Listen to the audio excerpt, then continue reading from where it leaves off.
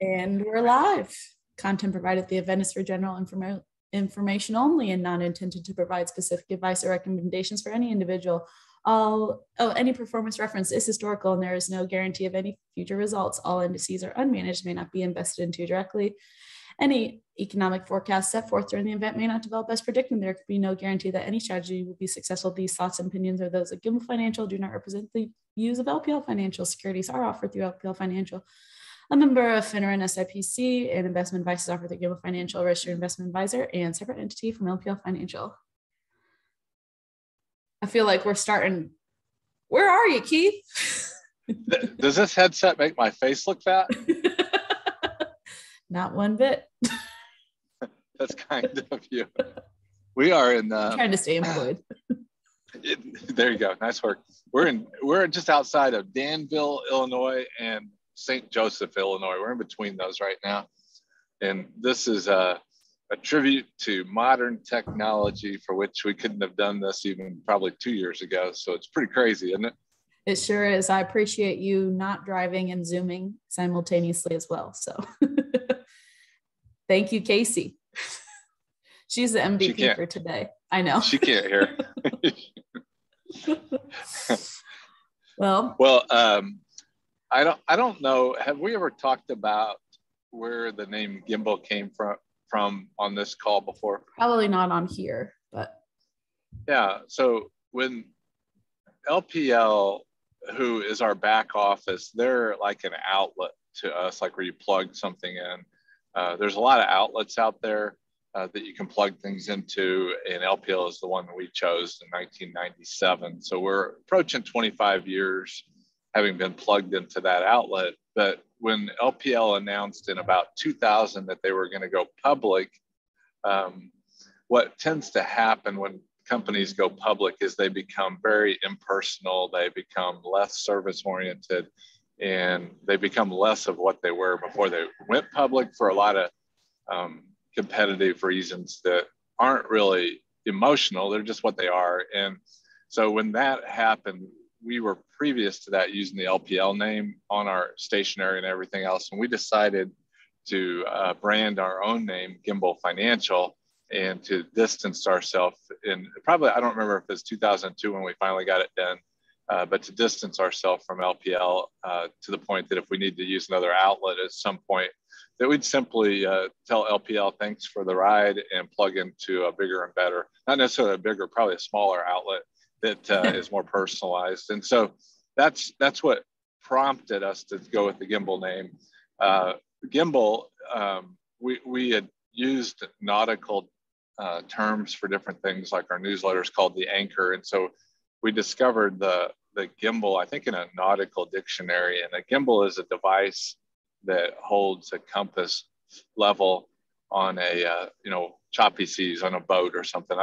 In the olden days, I assume your guys' ski boat doesn't have a gimbal and a compass on it anymore, but in the olden days, that's what they did. Yeah, so if you get a letter from us in the mail or see one of our business cards and you see the round logo with a lot of lines through it, what that really is looking down on a gimbal, straight down from it, and the circle in the middle is the compass, and the lines inside the logo are the actual gimbal parts that hold the compass level. And so we thought that was a pretty good description, as our desires for clients is to be a leveling device in their lives when the emotions get out of control, when they can't see things clearly, and even in good times, we just want to be a leveling voice to them. And so that's where the Gimbal name came from. That's awesome. And is the gimbal leading you somewhere very cool? I know you're clearly in a car, not on a boat. No, we are. The compass is pointing us west. And so awesome. We don't know where we will rest tonight. We do have a hotel reservation for tomorrow night in Billings, Montana. That's shout out to our friend John in Billings. Maybe I can grab coffee with him while we're there. So we'll see. That would be awesome. Well, I know last year about this time you were on the road, and those hotel prices were a little different than they were this year, perhaps. Well, at first we didn't need a hotel. We were going in the RV, and we got to our destination, Downs, Illinois, which is just another few miles from where I'm at right now, and the alternator went out. So we spent a day in Downs, Illinois last year, and then once we got the alternator running, I didn't feel comfortable with the mechanics, so we took it back home and rented a car and headed west. And I had this. I'm kind of a mischievous one, but I decided I would, unannounced to anybody, book hotel rooms every night and try to get cheaper than the night before. And Billings was where I got the cheapest last time, down below $50. And Wow.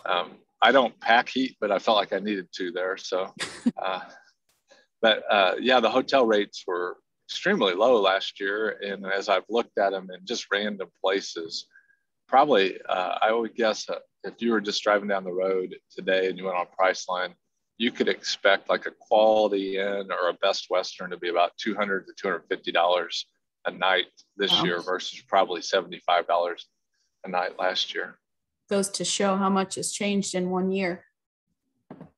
Right. And I think probably prior to the COVID lockdown, those rates would have maybe been 100 to 125 for those sort of hotels. And so the 50 or 75, whatever you're paying, was quite a discount. But the 250, my guess is a shift in the supply and demand curve that will normalize in the months ahead. I think just people are tired of being stuck somewhere, and they're just spreading their wings and flying. So, and businesses have to make up for lost time and lost revenues and lost profits. So they'll level out again, but for the time being, it's at the consumer expense that we got to pay a little more. It is. It's an interesting thing. I think I was of the opinion that the government didn't ever need to shut down our economy, that our consumers are smart enough that if they felt there was a real risk, that they wouldn't be traveling. And those hotel prices last summer was before the mask came into play. And so the real anxiety level in the country picked up shortly after we got back from vacation last summer. And so the hotel prices suggest my opinion was right. Yeah. We might be heading into a bad cell service for Keith. So I can't hear him. People were staying home and not willing to go out, prices would drop because there wouldn't have been the demand. Can you hear me now? It's a little spotty, but okay, I think we're good now. Yeah. Okay, sorry about that, everybody. But did you hear what I said about the consumers last year versus this year? Not that much. Yeah, what I was saying is that I was of the belief that the government didn't need to close down things, that the consumers would do it themselves. And if you look at the hotel prices, that's what was actually happening last year, is they weren't going out, they weren't traveling.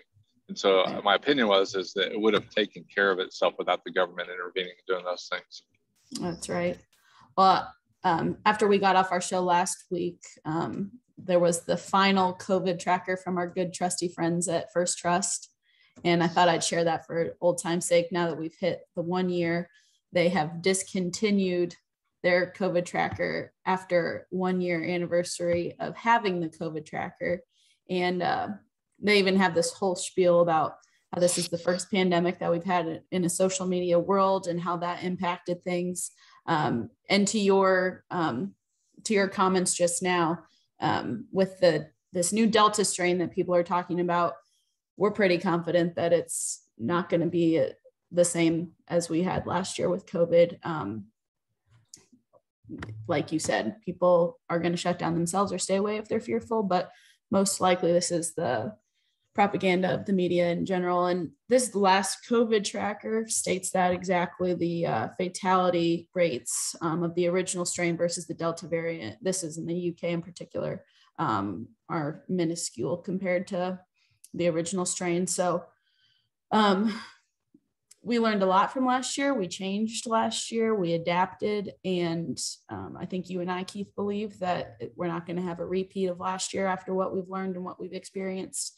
And people will either be fearful on their own or the government might intervene. Who knows? But yeah, this was an encouraging thing to hear, that First Trust is discontinuing their COVID tracker, which hallelujah. But it was a good run. We got a lot of good information out of this, but it's time to close this chapter. Right. It's time to look forward and to recalculate what you want to do. And I was on a walk with a friend yesterday, and I was talking a little bit about some of the parenting decisions that Connie and I made. And one of the key kind of underlying decisions we made was to avoid passing on our fears to our children.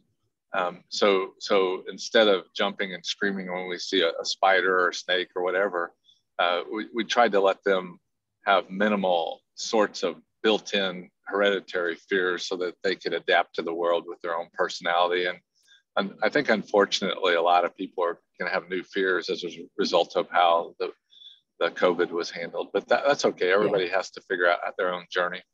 Yeah. And there's always a plan, but it doesn't always have to go according to plan. The reality of things can shift. Yes. That's life.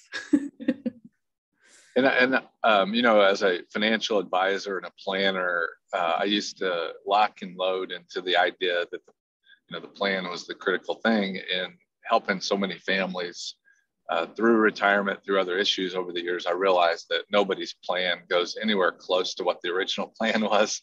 And exactly. So to have it written down and in a book form and cling to that thing, what I discovered is the more specific your plan is, the more likely you're going to have high blood pressure and stress problems. And so to have a general direction you're going and some flexibility in there is going to probably make life a lot easier than just having everything specifically defined and specifically that you're counting on those things happening, because they're not going to happen the way that you suppose they will.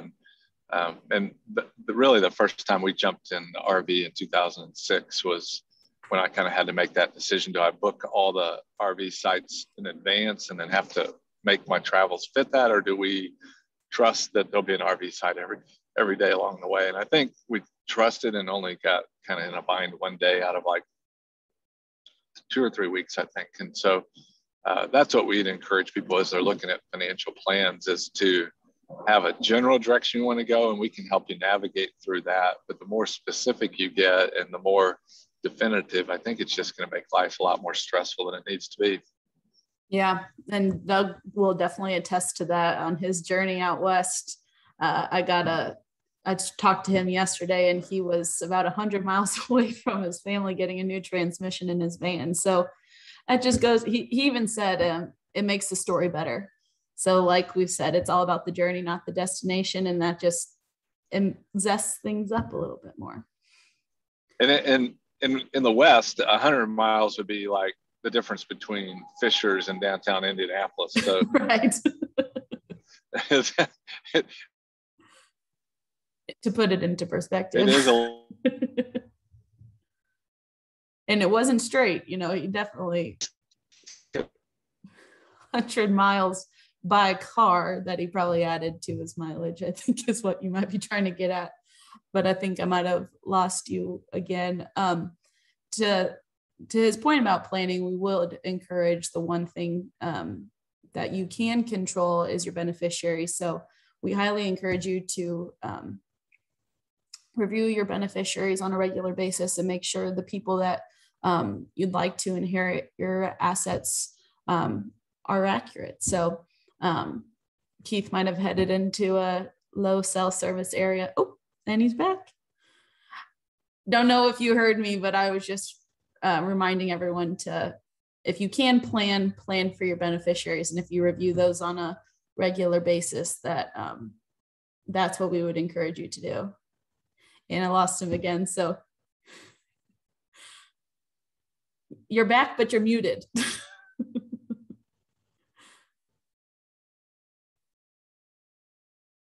There we go. How's that? Good. I don't know what you heard. I just gave him a little spiel about being able to plan for your beneficiaries if you want to do that on an annual basis. So yeah, that's a good word. And we just planned for this meeting knowing that it would probably go awry. There'd be problems because we knew I'd be out in the middle of Illinois somewhere. But what I was going to throw out there is that the states that you are in, they all have different ways of levying taxes on people. And for example, Illinois charges almost 39 cents a gallon for gas. And Indiana is like 30 cents.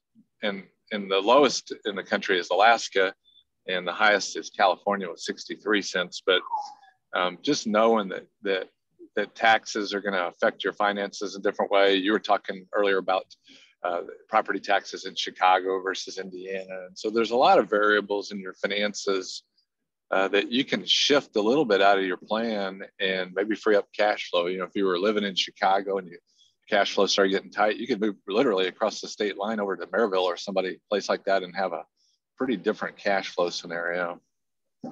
Sure thing.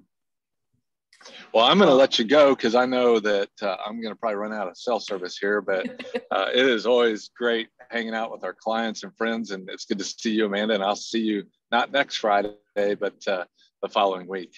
Likewise. Well, we won't be here next Friday, but Keith, you have a safe trip and a great time. I'll see you when you get back. All right. See you later. Bye-bye. Bye.